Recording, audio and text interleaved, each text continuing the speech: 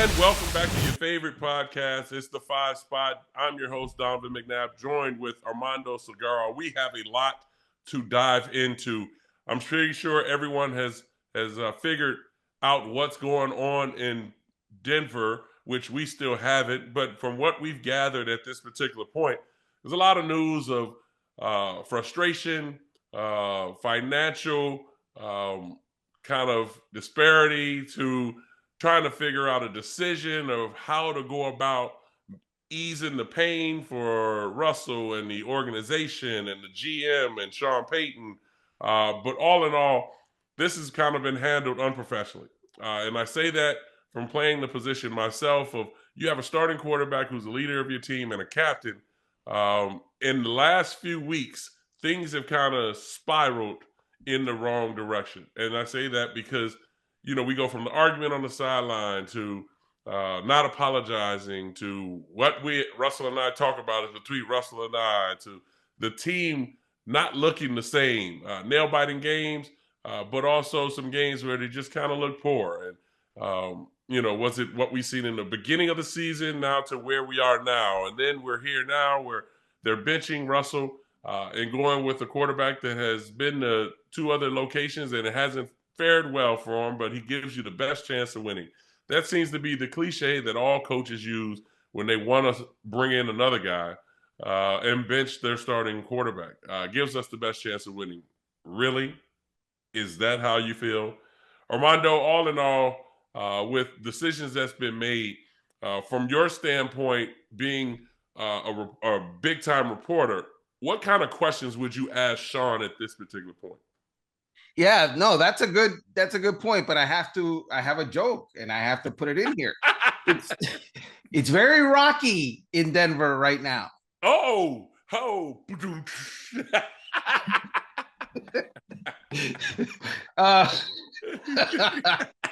Gotta do that.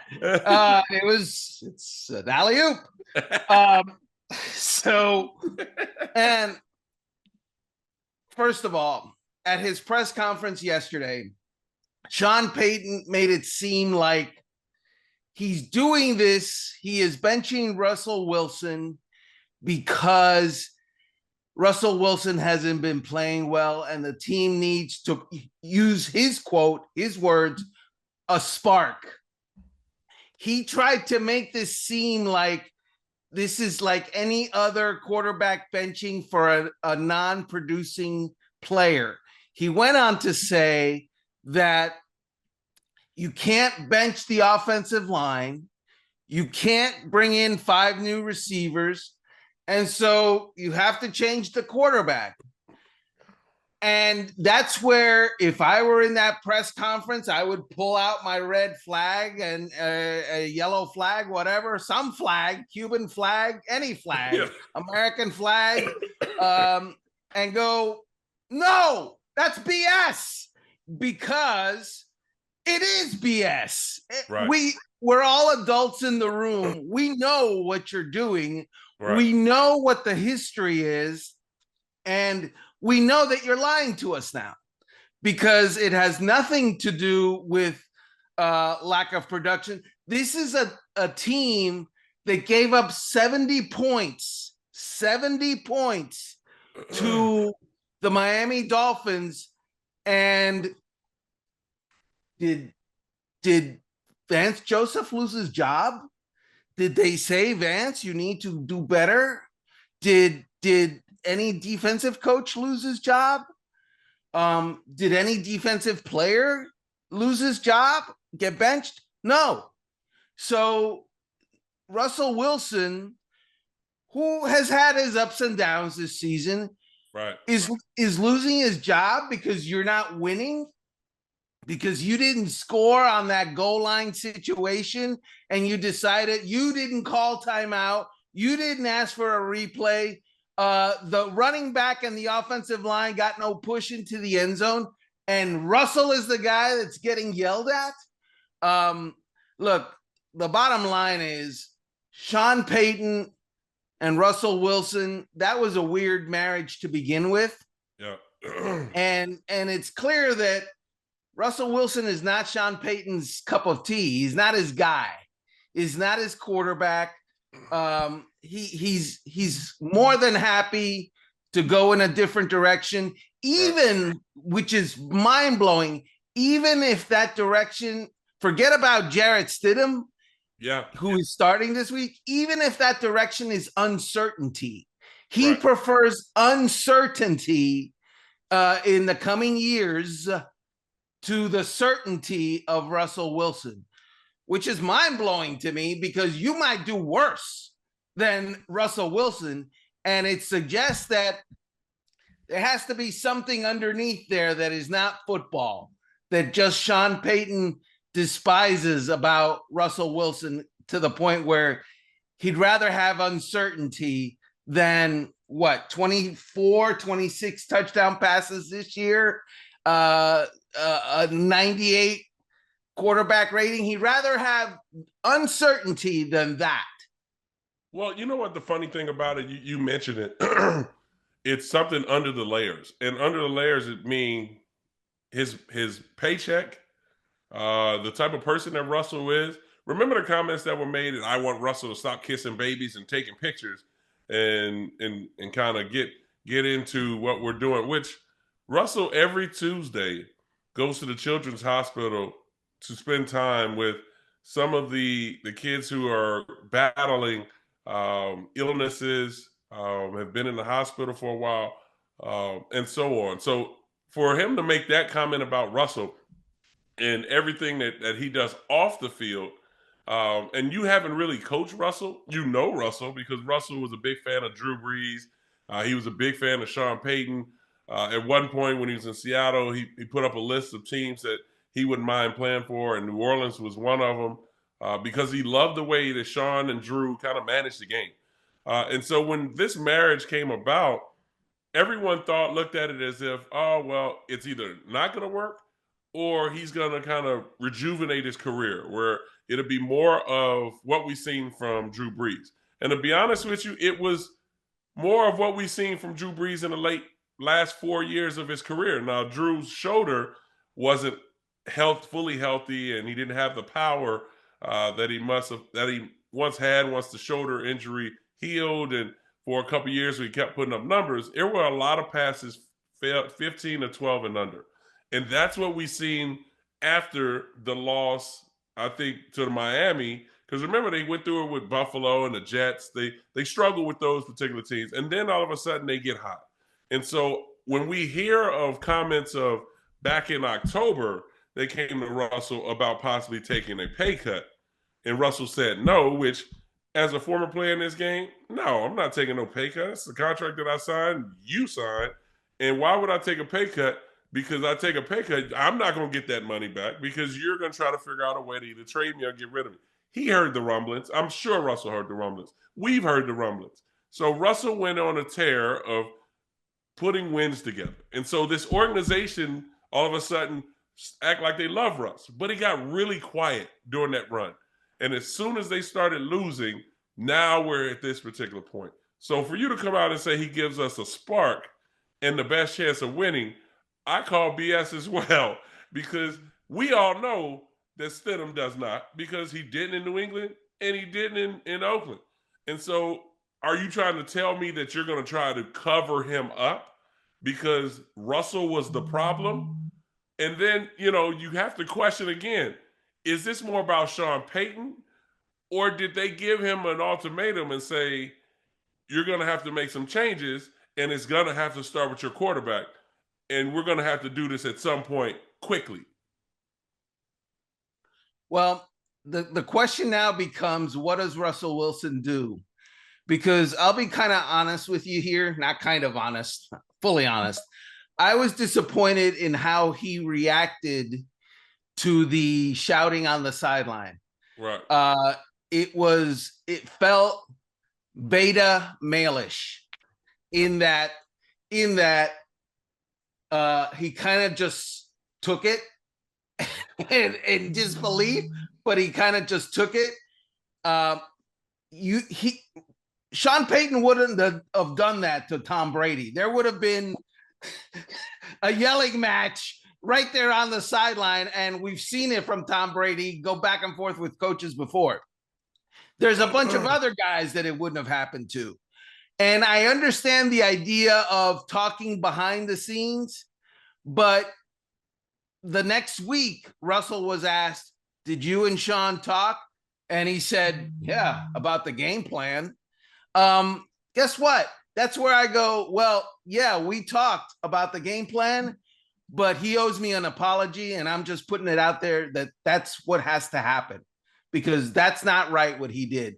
And now, me knowing that a month ago or two ago, they were trying to get me to defer $37 million, I've laid down the gauntlet because I've got the power. I'm the one that's playing well. I'm the one that's been aggrieved. Sean Payton, up your game, brother. That's where it's time for Russell Wilson to step forward, and he didn't. He just kind of played the good soldier. He's playing the good soldier now, and it hurts me because I want him to act. I want him to do something to react and not just be the punching bag. That's not a good look for an NFL player. Okay, let me play both sides of it. Number one, Russell understands the professionalism of being the leader of the team and a quarterback. Now, what would be the first comment that was made if Russell got in Sean Payton's face and he's pointing in his face and get out of my, and Russell does that, and then all of a sudden they come to, chest to chest, and Russell muffs him upside the head. Now, would it be now all of a sudden, this is not like Russell, we haven't seen this side of him. Now, think about this October comment about his contract. You know what that would have led to for Russell? That would have led for him being cut. You mean being where we are right now? Being where we are right now, but they would have cut Russell.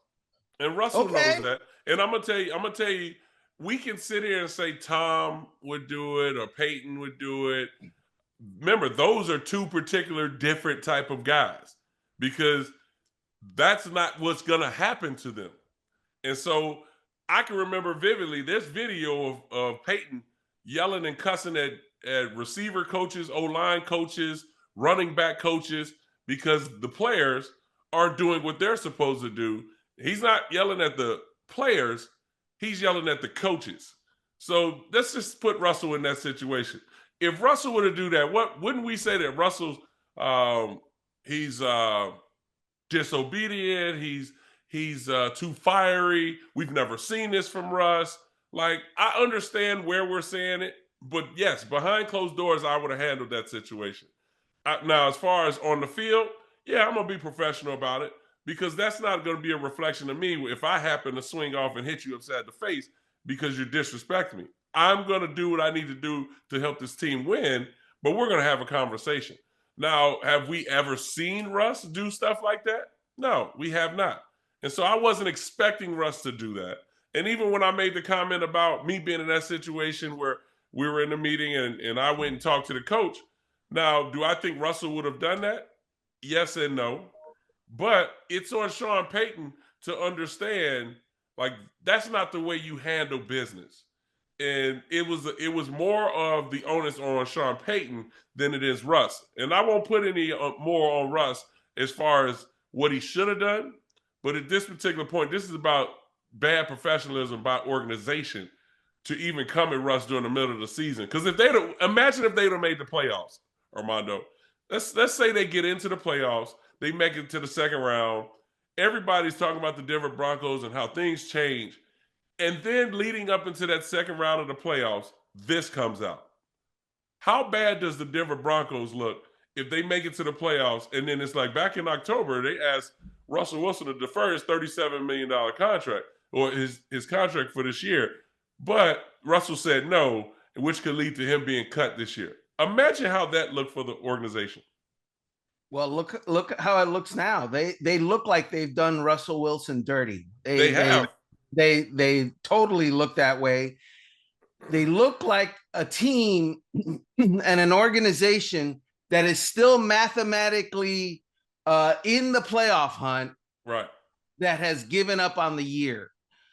And So you are still reaching for the playoffs, trying to get in the playoffs, but you're telling me, if I'm a Broncos fan, you're telling me you've given up. You don't care about that. You care about Russell's contract. 2025. And You Russell's care about contract. 2025. By the way, when we don't know that Sean Payton will be there in 2025, or George Patton, who is, the general manager, because on this arc, they might not.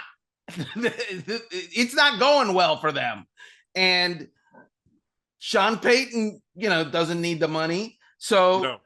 they're telling you that their integrity quotient is lacking when they're doing this to a player that they signed as the face of the franchise, last year. Right. And I get it. It wasn't Sean Payton who did that. But you know what, Sean? You took the job knowing this was the situation. Right. No one forced you to take that job, to sign on to that contract, and then say, okay, now that I've got the job, I'm going to go after the face of the franchise because I don't like him, even though he's one of my higher producing players. That is the part that I don't. That's the part that I have a hard time with, Donovan, in that he is producing at a higher rate than a lot of quarterbacks that we call great quarterbacks right now. Let me share that with you. His quarterback rating is 7th in the NFL. That's ahead of Josh Allen, Justin Herbert, Matt Stafford, Patrick Mahomes. He's got 26 touchdown passes. That's more than Matt Stafford, Justin Herbert, Jalen Hurts, Lamar Jackson, Geno Smith. He's got 8 interceptions. That's less than Geno Smith, Matt Stafford, Tua Tagovailoa, Jalen Hurts, Brock Purdy, Patrick Mahomes, Josh Allen, Trevor Lawrence. So he's not dynamic like he used to be once upon a time. Right. He's not throwing the ball deep a lot, probably because your receivers kind of suck. Yeah. He's not perfect, but he's better than Jarrett Stidham. Yes. He could be better than the guy you got the next 2 years when you get rid of him. So there has to be something back there somewhere where Sean Payton thinks there's a dislike or something. I mean, is Russell Wilson a jerk? Is the guy like poison somewhere? You can't respect him? That's got to be the question, because it can't be football. Your football's not good enough, because the football has been okay. Right. What is it? It's the money. It's the money, and it's everything outside of the stardom. It's everything outside of football, of why people are jealous or dislike Russell. And then the added bonus is when he struggles a little bit, then people pile on. It becomes, oh, Russ hasn't cooked in years. Oh, I mean, everybody's sitting there, thinking Russ is doing this and Russ is doing that. Oh, Russ is out here. It's people that dislike Russell just because he's Russell. And not saying that Sean Payton hates Russell, but when things aren't in his control, meaning he controls everything his guy does. And this is the problem with a lot of these coaches, where they try to have their guys on the string. I control everything he does. I know what he's doing, and he's not doing this. And watch how now things start to come out about Russell, which it'll be, oh, well, he doesn't watch film, or he's not spending enough time, or it's going to be a little bit of these examples, because there was a tweet that's out. Won't say any names, but there's a tweet that's out about all of a sudden Russell can't comprehend plays. Like, from what offense that Sean Payton runs, they had to dumb down the offense and run a small amount of plays because Russell wasn't, able to adapt to the full playbook. See, this is what I'm talking about when quarterbacks get in this situation, and a lot of times it's certain selection of quarterbacks that now we want to act like the guy's dumb, or we act like all of a sudden he can't comprehend, or we act like he's not a leader and people won't follow him. Oh, he doesn't put in the time, or he doesn't understand what being a franchise quarterback is about. But this is a 35-year-old, 36-year-old quarterback who's been playing this game for a while and had some success. So for Russell, this is a tough situation for him to handle. And I've been there, where you're toward the back end of your career, you still feel like you can play. So let me ask you this question. Where does Russell land next? What options does Russell have?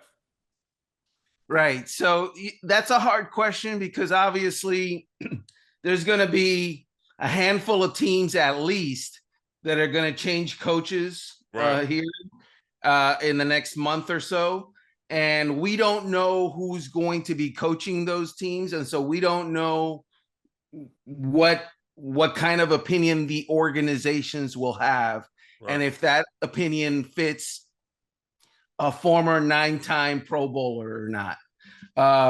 I don't think that any team will go out there and trade for Russell because it's already clear that the Broncos are going to have to cut him. Right. And that's another thing. If I'm Russell Wilson, I make them cut me. I don't want to be without a doubt. Yes. Right? Yes. Yeah. Derek Carr made the Raiders cut him. How did he do that? He left the team. He left the team and said, you trade me, I might not show up. So all of a sudden, no one wanted to trade him or trade for him. And so all of a sudden, the Raiders had to cut him. This isn't new. What happened? What is happening to Russell Wilson? It has happened to, like I said, Derek Carr. It's happening to Jimmy Garoppolo right now. The Raiders have basically put him on the shelf because of his money, because they're going to get rid of him after the season. And last year it happened to Matt Ryan because of the money. The team benched him, and he's out of the NFL right now. And now he's commentating. Exactly. So the team that to me kind of sticks out as it's currently situated is possibly the Minnesota Vikings. Okay. They've got a good defense. They've got great receivers. They've got a good offensive line. A quarterback that has a certain amount of mobility, which Russell still has, can work behind that. The system is really quarterback friendly, and they don't want to pay Kirk Cousins prices, so they could easily ask Russell to tamp it down on the on the contract a little bit, and I think it would fit them. They're also not high enough in the draft order to guarantee themselves a premier quarterback pick. So they might be in position for maybe a Bo Nix, but I personally, that team is not 4 years away. It's a right now kind of team. So let's do it right now. So that team comes to mind. Atlanta, depending on the coach. Las Vegas, depending on the coach. Maybe New Orleans, depending on the coach. There's potential situations where Russell kind of fits depending on what? The coach. Obviously, he's not going to a place that has a coach like Sean Payton. Let's put it that way. You know what? I look at it in a sense, and we're at this particular point for Russell in his career of possibly being either a backup, maybe a kind of a door stopper where you draft a young quarterback early, you bring a veteran in to kind of teach him the ropes of how to prepare, put the time in, understand the game a little bit more in that regard. And so that's when I look at possibly Carolina, to get down there and help out Bryce Young. I look at Atlanta like you talked about, but I think Atlanta's going to make some moves. I think they're going to probably try to put Pitts in on the trading block to try to get some picks and try to move up a little bit. Ritter's just inconsistent. And then I don't know what happened with Heineke. They gave him a chance and it just went south. I think also, I think in this regard, only because I think the Bears will take that first pick and then they will trade off that next pick to get more picks. And I think either they get Marvin Harrison Jr. or if they decide to get Caleb, then I think you need a veteran presence. And so Chicago could be a selection depending on how they go about it with Justin Fields in Chicago. So I look at those particular destinations for Russell. But all in all, this is just bad. This is the bad for the NFL. It just comes off bad. It's not handled correctly. It's all through the media now, where everybody now is going to be watching the Denver Broncos for the last couple of weeks to see what's going on with Stidham and if he's deserving of still being in the league. And this move that makes for Sean Payton, because I believe it was more of either him or it's me, and it's not going to be me. So yeah, we're going to bench Russell and continue. Let me, and I'm sorry to interrupt. I don't think Russell Wilson is going to be a backup to anybody. I say, well, remember, we're not backups. So that's the only part of this whole deal. And I'm so glad that you brought it up, because that's where the mentality of these GMs and coaches, where they know you come in and you can compete with the starter. Like, you're probably going to outduel the starter. But that's something that they're going to present to Russell. Are you willing to be backup? And Russell's going to have to make that decision and either say yes, or will I have a chance to compete as a starter? And as a veteran quarterback in this league, and I went through it in the end of my career, we don't see ourselves as backup. We don't even know what backup, like, that's never been in our position, our DNA. So the question will be, will I have a chance to compete with the starter? And some organizations, some GMs will say no, because he's our guy.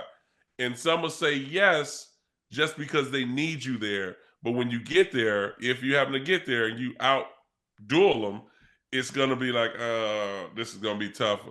We're going to go with the young kid, but we need you to be ready. Yeah. Like Carolina, I can't see that in Carolina. Only reason I say Carolina, because his options are going to be so limited because of what you said. They're not going to bring Russell into Buffalo. They're not going to bring Russell into the Jets. They're not going to bring Russell in to Kansas City. They're not you know what I mean? They're not bringing Russell into that. And then also, he's not going to Jacksonville. He's not going to Houston. He's not going, he's not going to Indy. Like, so it's going to be so limited for Russell at this particular point, where he may be down to, the Carolinas, the Bears, and I won't even bring Vegas in there. I don't think with the Vegas Raiders, I don't think that will be an option either. And so I just think for Russell, it's going to be a small window, a small portion of who will offer him, because I've been there. I've been there, and I understand it, where you'll get a few options and they'll call your agent, and hey, well, Jacksonville or, whoever, Oakland, at Oakland when they were there and how bad they were, or Buffalo, how bad they were. Well, those are our options. It's like, I'm not going to play there. Like, no, thank you. You know what's amazing is next offseason, we're going to be talking, and teams that didn't get their guy in the draft to be their, franchise quarterback. Right. They're going to be talking about Russell Wilson, Drew Lock, Baker Mayfield, maybe if Tampa doesn't re-sign him quickly. Those guys are maybe even Jacoby Brissett, guys that, and Jacoby Brissett is probably below those other guys. but they're going to be talking about those guys as possible bridge quarterbacks to whatever it is down the road. Kirk Cousins is another one. If he wants to continue playing, people will be talking about him. They're all flawed. They all have issues. But of those, Russell Wilson is fine in that group. I mean, Yeah. But again, think about the financial aspect of it, and then his stardom, and that's the part of it that no one really focuses on. You can't bring Russell into a building where you have a young quarterback that's kind of been up and down and inconsistent, and you bring Russell's stardom, his name, into that locker room where they automatically know what kind of person Russell is, where the team is going to rally behind Russ. So if the quarterback that's out there struggles, now all of a sudden it's like, hey, coach, like, why don't we got to go with Russ. Like, we can't continue to go through this. And as a coach and a GM who's invested so much in the starter young kid, you're not going to go with Russ, because now that kills his confidence, and that just kills his future in that organization. Yeah, I think that's also on Russell, because Russell, it's out of our control, though. It's out of our control because it's what we've done. It's what we've done and accomplished. Well, I mean, if I'm Russell Wilson and suddenly I'm shorter than I am, and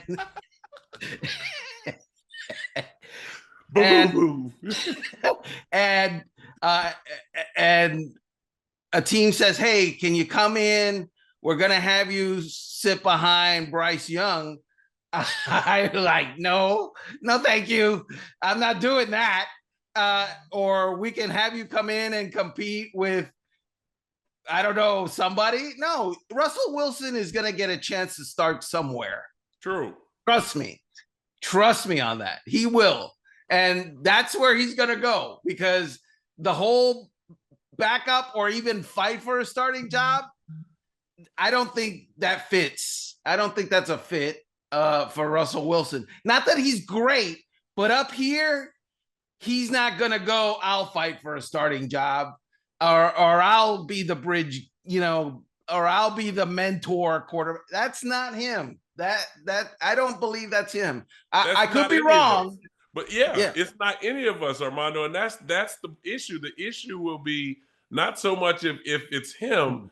The issue will be the opportunities will be limited for him. And if he wants to continue to play this game, sometimes you got to eat a little bit of crow. And for me, I like battling injuries, and I had a few options, and I had a few teams that I had on my list of where I was going to go or where I wanted to go. But it was, hey, how long are you until we make the decision? And we want to check out our backup situation. We want to check out, our quarterback room and see what we can do. You're one of our first on our list. And these are things he's going to hear. He's going to hear, you're at the top of our list, but we want to still see what we have right now going through OTAs and mini camps. How long till maybe you make a decision? And it's going to be, either, I'm going to sit out the year and kind of wait and see, or, if Russell is even thinking about possible retirement, he'll give a deadline. And so think about this for Russell. Russell's not going to be in a situation like Baker Mayfield was. He's not going to be in a situation where the Tampa Bay Buccaneers just like they had Kyle Trask.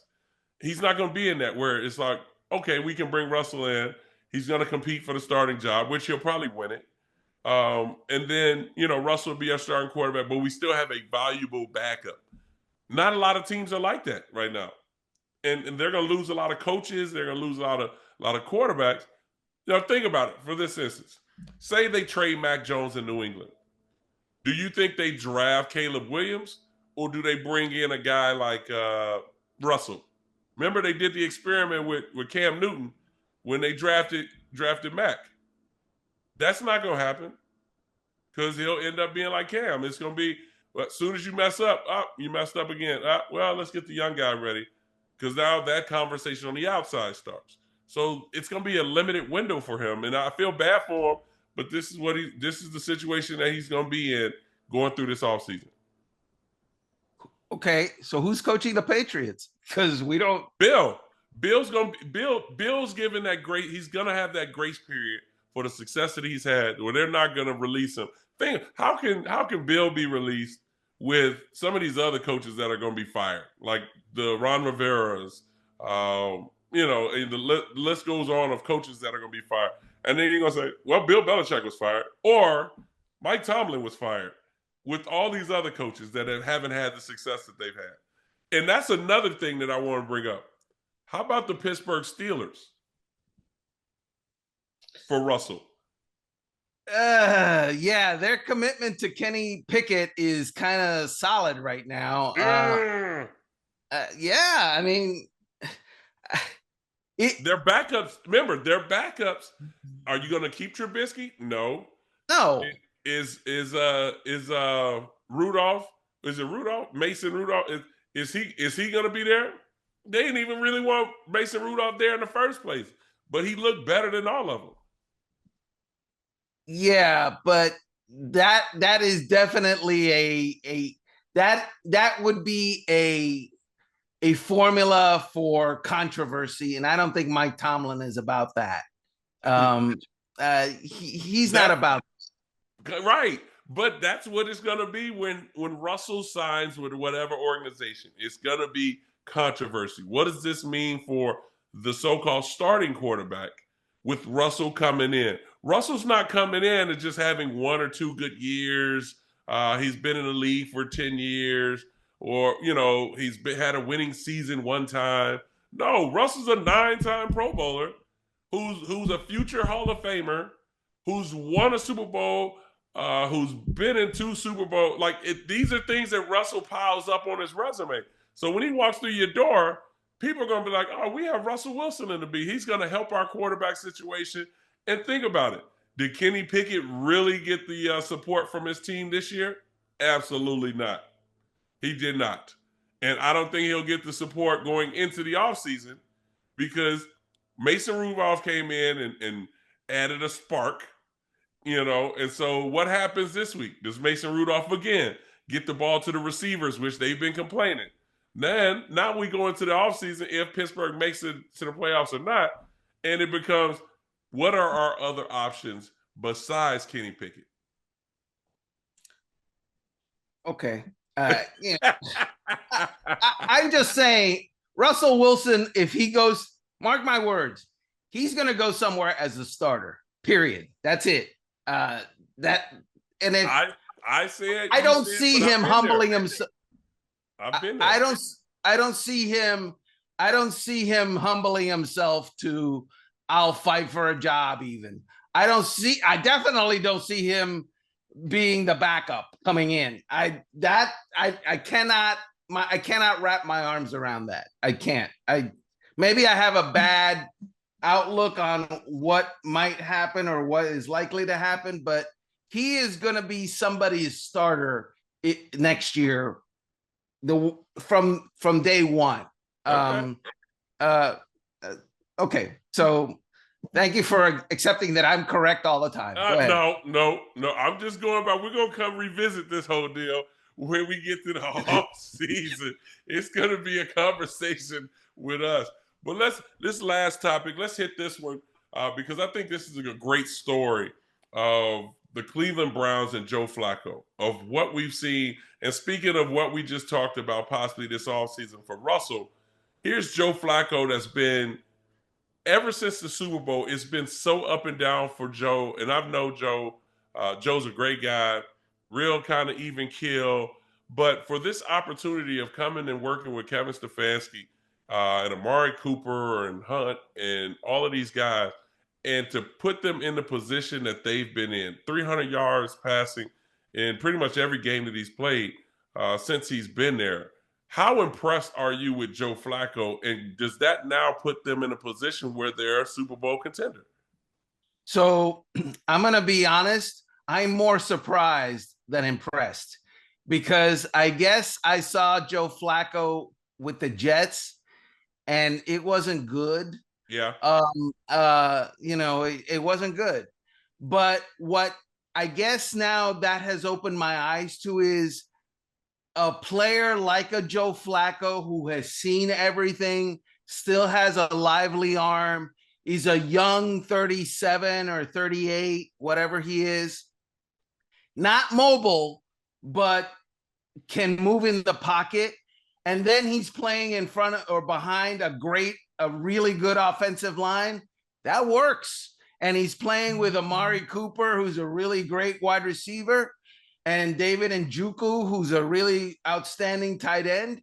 Yeah. That works. You put talent around those guys, and that guy really, really, works. Right. And if it keeps working, mark my words, they're going to go to the playoffs, right? Yeah. If he gets hot and it goes bonkers, like it did one of the times that he went to the playoffs and he ended up holding a Super Bowl trophy, there's going to have to be a conversation in Cleveland. We got a guy that took us to the playoffs. Even if he goes to the doorstep of the Super Bowl and falls back. Deshaun Watson, could he do this? Why do we have him when we could have him? Are we really going to discard the guy that took us to the playoffs and maybe to the AFC champ, whatever? That conversation, despite the fact that the Cleveland Browns are paying Deshaun Watson a ransom, it's got to happen. That talk has got to happen, and it's going to be uncomfortable. Well, let's go into it because it reminds me of the Carson Wentz and Nick Foles deal. So, you have your franchise quarterback in Carson. Nick Foles comes in after injury, leads them to a Super Bowl and gets a Super Bowl win. Then the next year, Carson comes back and, they get things going. Then he gets hurt again, and Nick Foles comes in, and he was a couple drops away from possibly making it back to the NFC Championship. And so the thing that really bothers me with this whole deal is that decision that's going to be made is going to be very similar to what we talk about with Russell, with Deshaun. But Deshaun's going to come back, and he's going to be the starter, but you have a valuable backup in Joe Flacco. And he's now put himself in a position to be rewarded to win that backup position or possibly be the starter to allow Deshaun to get healthy. And depending on how he plays in that first part of the season, where he'll be your starting quarterback. So I love what Joe's doing. He's showing that the older guys still can play this game a bit and lead his team. But I love the way their defense is playing, and I love the way Stefanski's calling the offense because he is running the football and he's doing the quick game as an extension of the running game. But he's taking big shots and utilizing his arm. And Amari Cooper is stretching the field, and Njoku is running down the middle of the field. And they're utilizing their weapons the right way in Cleveland. Yeah, I'm not saying that the Browns are going to get rid of Deshaun next year, right? That's not going to happen. They can't. He's got a fully guaranteed contract, and you can't touch it. It's ironclad. Yeah. And honestly, I think Joe Flacco would be open to being the backup. I really do. So he fits in that regard. Right. But what I am saying is that the moment Deshaun Watson struggles or has 2 or 3 games that it doesn't remind people of 2020 or whatever last great year was, the conversation will be, let's go with Joe. Yeah. He was good last year. He took us to the playoffs. Let's go with Joe. And I think that's kind of sometimes teams do dumb stuff. Yeah. To like, I don't know. They're not thinking. Like a couple of years ago, the Miami Dolphins have Xavier Howard, who's a great cornerback. They signed the guy from the Dallas Cowboys. I forgot his name. It was Jones. It was Jones, right? He was a safety. No, he was a cornerback. He was a corner, but they moved him to safety in Miami, and he was hurt. He battled injury. Got paid. He was hurt the whole time. Yeah. But the second that they signed him for more money than what Xavier Howard got, The issue was with Xavier Howard. Well, I need more money. Yeah. Moves aren't done in a vacuum. Right. Teams have to understand that when you pick and you add one guy, it affects the whole. Yeah. And if you sign Joe Flacco to be your backup quarterback, you have to know that is putting pressure on Deshaun Watson, because the second he's starting not to play well, if he doesn't play at a certain height throughout, there's going to be a quarterback controversy. Yeah. And you authored it as a team. You're the folks that brought the ingredients together to make the recipe for that controversy. Well, you can't overlook what he's been doing. So he's rewarding of that opportunity. I think the quarterback room right now is kind of understanding what Joe's doing. And if Deshaun is their guy, that Deshaun is their guy. Joe is going to have that opportunity to be there. And the quarterback controversy is going to happen no matter what.